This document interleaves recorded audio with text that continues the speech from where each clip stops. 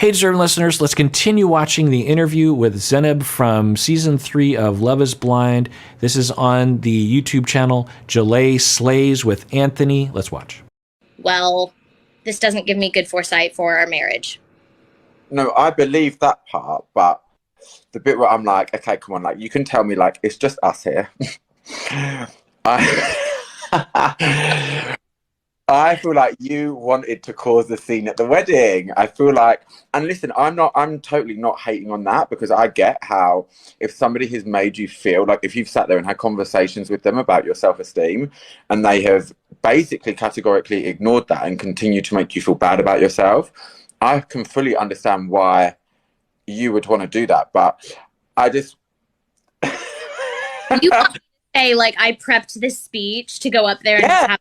yes, 100%. So first things first, Deepti's wedding was a week after, or excuse me, a week before mine. So like, I didn't know Deepti. Wow. Deepti's wedding. Wait, did Deepti get married after the show, or are they referring to the actual wedding that we saw with Shake? I think that's what she's referring to. A week before. Wow. Interesting. Huh.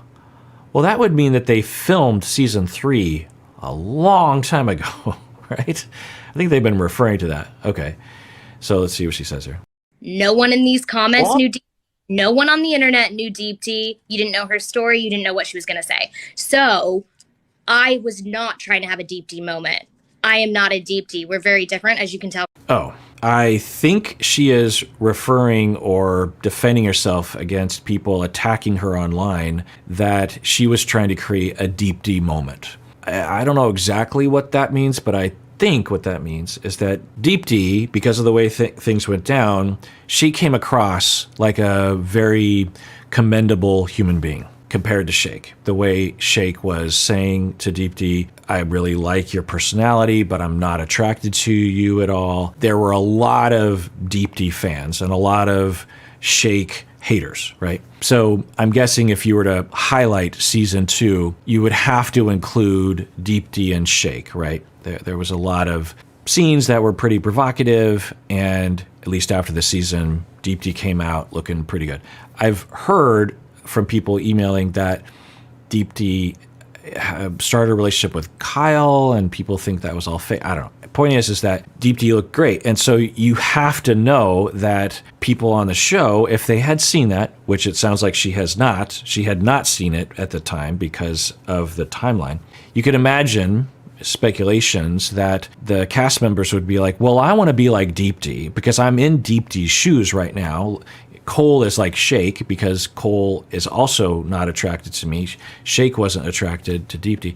Everyone hated Shake. Everyone loved Deepti. I would like that too. So I'm going to play up the aspects that align with that story because I can also have the accolades of the internet after the season airs, that sort of thing. And that's a viable speculation. I think, who knows, there's no data really to back that up, but you could see a cast member thinking along those lines. You just have to imagine there are a lot of thoughts going through the cast members' minds about falling in love, about how they're coming across the camera, about pleasing the producers, about what their parents are going to think, about the fact that this is going to live forever, the fact that whoever they do end up with will be able to watch this. I mean, you just have to imagine there's just a lot of thinking about what is going to happen after the show airs. But what she is saying, Zenab is saying, is I had never seen the Shake Deepti storyline because we were filming it essentially the same time. So this accusation that I was trying to have a Deepti moment is ridiculous because I hadn't seen the season 2 at that point. All right. One on the internet knew Deepti. You didn't know her story. You didn't know what she was going to say. So I was not trying to have a Deepti moment. I am not a Deepti. We're very different, as you can tell, because people are like, it backfired. Right, she's saying, yours backfired. She's mocking people for accusing her that you tried to create a Deepti moment, but it backfired. Make you feel bad about yourself. I can fully understand why you would want to do that, but I just. You want me to say, like, I prepped this speech to go up there and Yeah. have. Yes, 100%. So Right, that's the other part of this question. This, I think his name is Anthony. I see in the description. I think that's his name. He is a good interview. This is very satisfying that he's asking us it, because that is what I thought as well. I think a lot of people thought that because her story is, she's saying, I didn't know what I was going to say. I might have said yes. Can we imagine a world in which that was possible, that she was heavily contemplating saying yes, I want to spend the rest of my life with you? Can we it's hard to believe. But anyway, I think the producers are, and the contract bars them from saying anything like that. But anyway, but her claim is, I didn't know what I was going to say. And then when what she said in this interview, when I saw that he was scared, when I looked over and saw that his family wasn't there, which I knew for weeks that they wouldn't be there, I said, no, I'm going to say no. And then she says no. And then I just spontaneously said all these things to him. It didn't look that way to us. Could have been. We can't know. We can't know what was in her mind. But the interviewer, Anthony, is saying, really? You didn't plan it out? So here's her response. I was not trying to have a deep D moment. I am not a deep D. We're very different, as you can tell, because people are like, you had it backfired. Yeah, it doesn't negate the possibility that she had prepared something to say. She's saying, I wasn't trying to have a deep D moment. It sounds impossible that she would have that intention since she hadn't seen the season yet. But the question remains, sounds like you had prepared it. Now, I think under contract, she cannot reveal that she had planned to say that, because that would mean that she had decided no prior to being at the altar, which I think is against contract for her to do. So she has to say something, and this is what she's saying. So no. Did I go up there and have things to get off my chest if I was going to say no? Absolutely.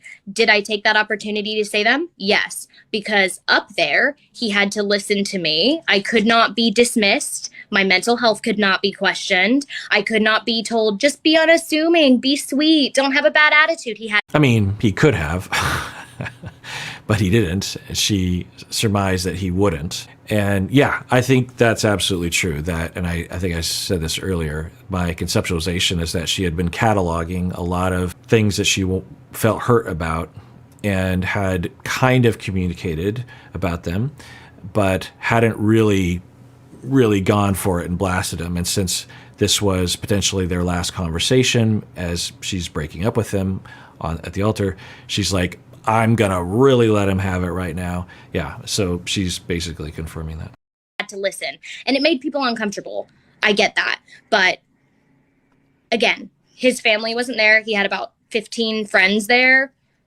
I'm just saying, maybe it wouldn't have gone down like that had his family been there. But I said what I said. I stand by what I said. I have no regrets, and I would do nothing differently. So you can make your own judgment as to whether or not that is a moral stance or not. Now, I would highly suspect that Zenab and all the cast members, Cole included, that years from now or months from now, if they review the show and watch it again, that they will feel differently about it. You might experience this yourself. You go through a breakup and you're hurt, you're upset, and you say some things and it feels totally justified. And then years later, if you have a chance to review that, you're like, well, I don't know. I feel like that was a little far. So it's very probable that everyone on the show that did things that, at least from the outside, looked questionable, but the cast members are defending themselves, it's probable that in the future they will see it differently, is just a guess. There was definitely some element of like, listen, if I'm going to say no, I know 100% what I'm going to say. And I'm going to tell you because, like you say, he had to listen. And I think that's a fair point. Yeah. I mean, he did have, and it was being accountable. So. And were you like a little bit gassed that he was humiliated? No, I wasn't. Like, because when my mom came in and said that she had gone and hugged him, she told me. Yeah. Crying, and I was just like, he'd never cried in front of me. Interesting. Did we see that her mom went over and hugged him? Because that's interesting. Is it not? Maybe I missed that part, but that's interesting, isn't it? Does that indicate that the mom is watching the scene at the altar, presumably having heard a lot of the seemingly distorted perspectives that Zenab was having. There are things that were not distorted, as I've been over, but it seemed like, according to the edit, there might be some distortions. So presumably the mom's heard all those things, and at least somewhat, but I don't know. So it's, who knows? But it's possible that the mom knows Zenab well enough to know that Zenab does distort, but also supports Zenab as well. And then when she sees it, the altar thing happens, she's like, oh, Zenab, yeah, some of this is justified, but not all that. I don't know. Then feels bad for Cole, goes over to Cole and hugs him. By the way, if I ever say Colt instead of Cole, I apologize. I've been watching, for years now, I've been watching a lot of 90 Day Fiancé. There's a lot of Colt discussion. And so sometimes when I say Cole, I just want to put a T there. Anyway. Or the mom totally is in Zenab's corner and just thought, well, let's let bygones be bygones, and I'll hug Cole and move on. So maybe that's a possibility. But the interviewer asked a great question, like, so you didn't feel bad at all? And then, so let's rewind that. Were you like a little bit gassed that he was humiliated? No, I wasn't. Like, because when my mom came in and said that she had gone and hugged him, she told me. Yeah. Crying, and I was just like, he had never cried in front of me, and I got super emotional, and I was like, Mom, that's when I was like, I don't want the guy to hate me. Like, I tried to be so gracious and just be like, I am thankful for him. I am thankful for him. You tried to be so gracious to him, because if you're just so gracious with your mom, because your mom's reported, and you're so gracious in attitude, but did you actually be so gracious to him in that moment? Because that, I think, would have been fair, to be so gracious to him, go to him and say, hey, I'm sorry, I think I went a little far, or something. Did she? Maybe she did. Like, he changed my life for the better. Like, I've gone and done a ton of self-work on me and loved on me the past year, and it is probably because that relationship forced me to do so. And so I will take the good memories and I will say thank you. But yeah, no, I never wanted to humiliate him. Like, I honest to God was like, this is the answer he wants. I think he'll be relieved. But while I'm up here with you, you're going to listen to what I have to say without dismissing me. So. Yeah, she said this a couple times, that I knew at the altar he wouldn't be able to defend himself or dismiss me or put me down or call me mentally ill or something. And so I wanted to use that opportunity to finally get off my chest what I wanted to say. Okay, you could argue that that's viable or valid. You could argue that it's not, but that she keeps saying that, I could absolutely see that being, at least in her head, a validation for what she did, a foundation for what she did. I think a lot of people would say, how about you write him an email or sit him down and say, you're going to listen to me for 5 minutes or 10 minutes or whatever, and don't say anything, or get a third party involved to make sure he doesn't interrupt you, or I don't know. There's a lot of other ways to do it instead of doing it in front of everyone else. So interesting. She really wanted him to hear those things that she said. Yeah. And just like, obviously you said that you have been, over the last year, you've been doing like some work on yourself and stuff. What kind of things have you been doing? Because I know you've got like some trolls down there. Oh, 100%. Yeah. So I left that relationship, went to my mom's for a few weeks and was like, what the hell just happened?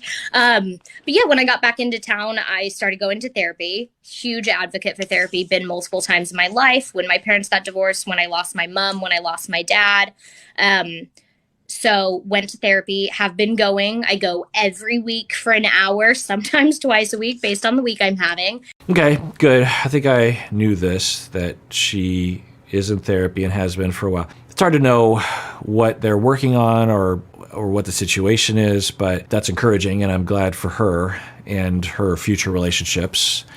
And yeah, there's a lot, even if we just go with what we know factually to be true, that there's no distortion around this, that he was they were in love in the pods, and then upon seeing her, he had major doubts as to whether or not he wanted to be with her or not.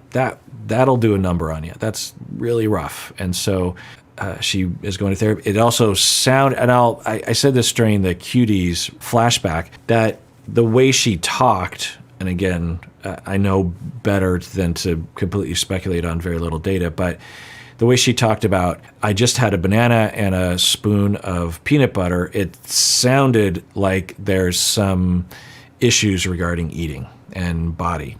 Now, it's not unusual for people to have those kinds of issues, particularly women in our society, but it sounded particular. It sounded in a direction.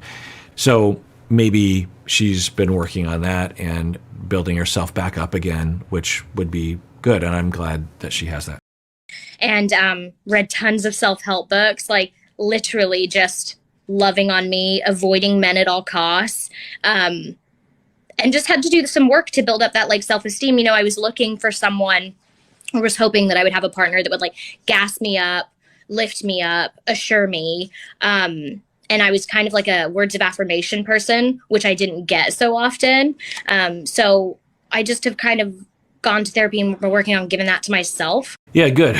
That's very encouraging to hear. And what I would say to Zenab is it's not unusual to want your partner to be different and say different things. She sees me, I'm sort of a words of affirmation person. I think 95, 98% of people in Zenab's shoes would have been very concerned and very hurt by what Cole said. So I don't think there's anything unusual about her when she was hurt and concerned that he was like, I'm in love with Colleen because of the way she looks, but I'm in love with your personality or your mind or whatever. That's usually. Now, some people, they don't mind that sort of thing. They are okay with that happening with their partner, and they're okay with that truthfulness, that radical honesty, like I talked about during the season. But, most people aren't. So now it's like, yeah, I don't seek that. I no longer need someone to do that for me. Like, I love me and I'm good. And I knew that I would have to, this was a year and a half ago. So I knew that I would have to relive this now. And I'm glad, but I'm like, yeah, all the trolls are like, seek help. You need help. Yeah, right. I've seen that too. I think some of it can be well-intentioned. People want her to go to therapy and are trying to help. But there's a way of phrasing things. And, I post stuff on the internet too. People can be pretty pointed with me sometimes, and it's hurtful, Even if there's some truth to what they're saying, there's just a way of saying it that is just nicer, But the other thing I want to comment on is that she said earlier, now that I've been through all this therapy and I've done all this personal work, I don't need affirmation from other people. I love myself for who I am. I don't need other people to validate that. Of course, that is wonderful, but and I don't know what she means by that, but when I hear that from people, particularly when they're in between relationships, I would say, that's great.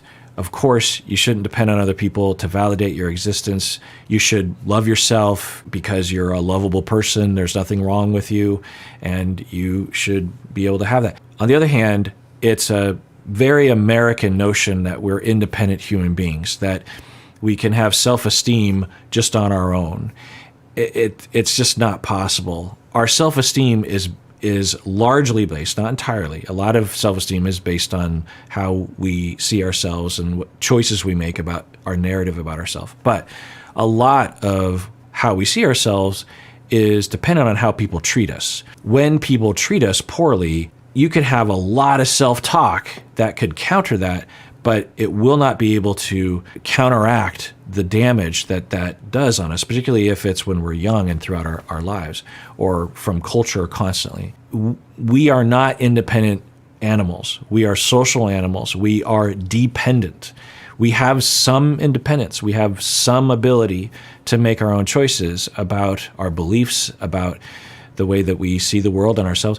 But a lot of our beliefs about other people, culture, religion, gender, sexuality, ourselves, romance, a lot of that is determined by what's being told to us. Now, we might be told a multiplicity of things, So it's complicated, of course. But the notion I want to get out there, because people will say like, well, you can't love other people until you love yourself. And that notion, I don't know always what people mean by that, but often what I think that means is that you're supposed to be alone for a while and then learn to love yourself, and then you will no longer have any kind of triggers in the future. You'll no longer be reactive to relationships in the future because you have a firm foundation of loving yourself. And there is some wisdom to that, of course. But you know what is even more effective on our personalities? When we go through secure attachments. That's why therapy works. Whether or not the therapist adheres to this idea, this is what I adhere to, which is that when you're in therapy, hopefully, you're treated with respect, with care. You have a feeling of security, that you're safe, that you're worthy, that you're a good person, that you're okay, and that you have value, that, you know, all those kinds of things. Now, hopefully, you've been treated that way with a number of relationships, but when you're treated that way, you will believe that about yourself. I give this example a lot, but there are thousands of studies in this direction. They've done experiments on children, say 6th graders, and you give them a math test in class, and you just put out the math test. Regardless of gender, you tend to get similar averages, regardless of gender.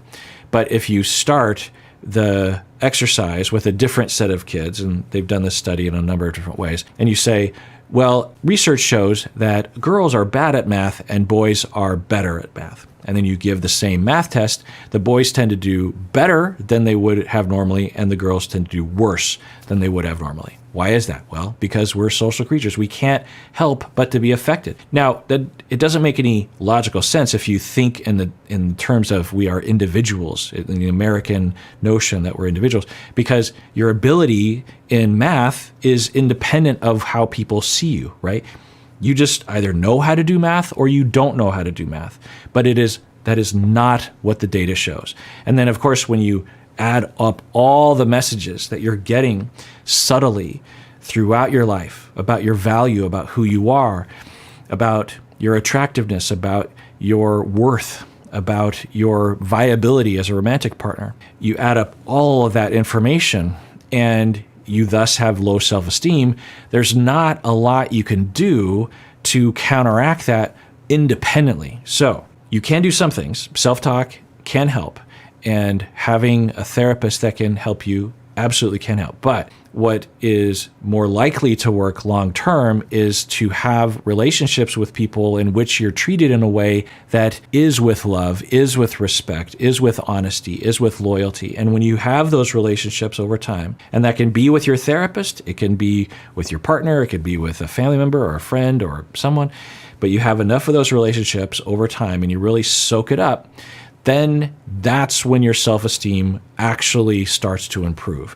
One way to think about it is that when you're treated badly and you have low self-esteem as a result, which is natural, you can kind of counteract it by saying, no, I'm a good person, I'm a good person. But there's always this notion, intrusive thought of like, no, you're a bad person, you're worthless.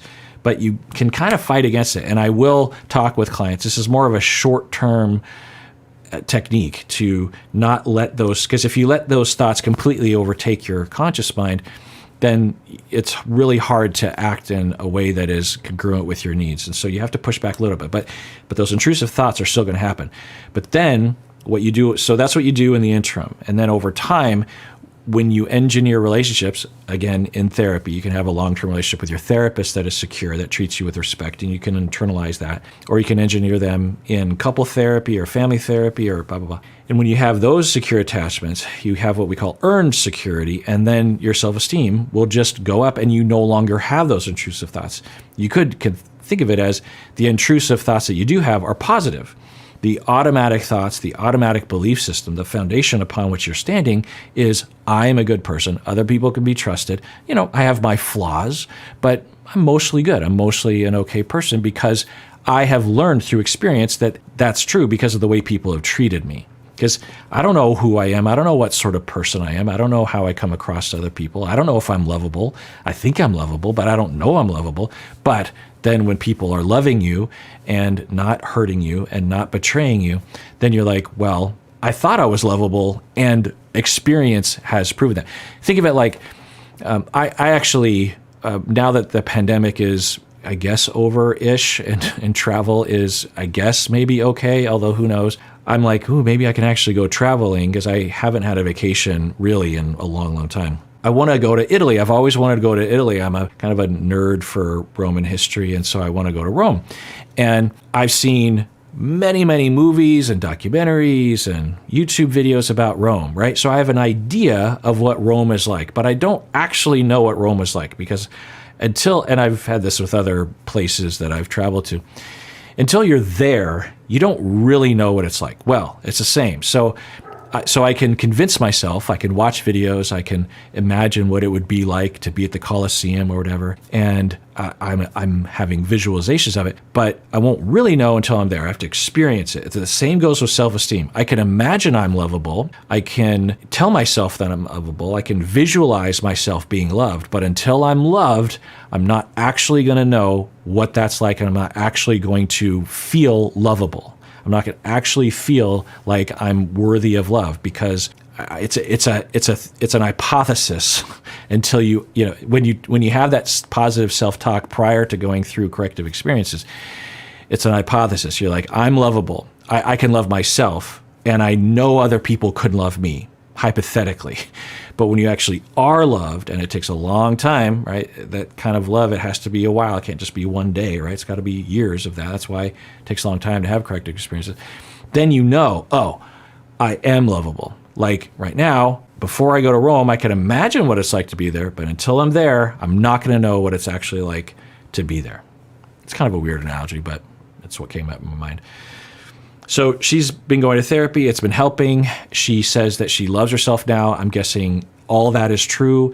I would also hope for Zenab that if she has an issue with this, that she's able to have secure attachments in her life presently and in the future, particularly romantic companionship, if she's into that are positive, that are dedicated 100% to her, that make her feel special and loved and worthy.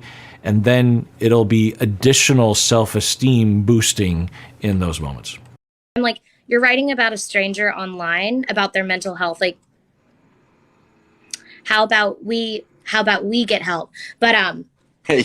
all the trolls are going to be like, she went to therapy, she listened to us. Like, nope, been in therapy for 1.5 years. Thank you so much. But yeah, therapy's been beautiful, and I'm happy and healed over here. Yeah, I think what she's referring to is there are people, and maybe people would see me as being this way. I don't know. I would hope not. But that they don't like her, and they think she's a bad person, which I don't think. That they think she was abusive to Cole. I've seen these kinds of comments. And they're like, she needs therapy. In the past, 10, 20 years ago, people wouldn't say that. They'd be like, she needs to, some other consequence. She needs to be single for the rest of her life or something.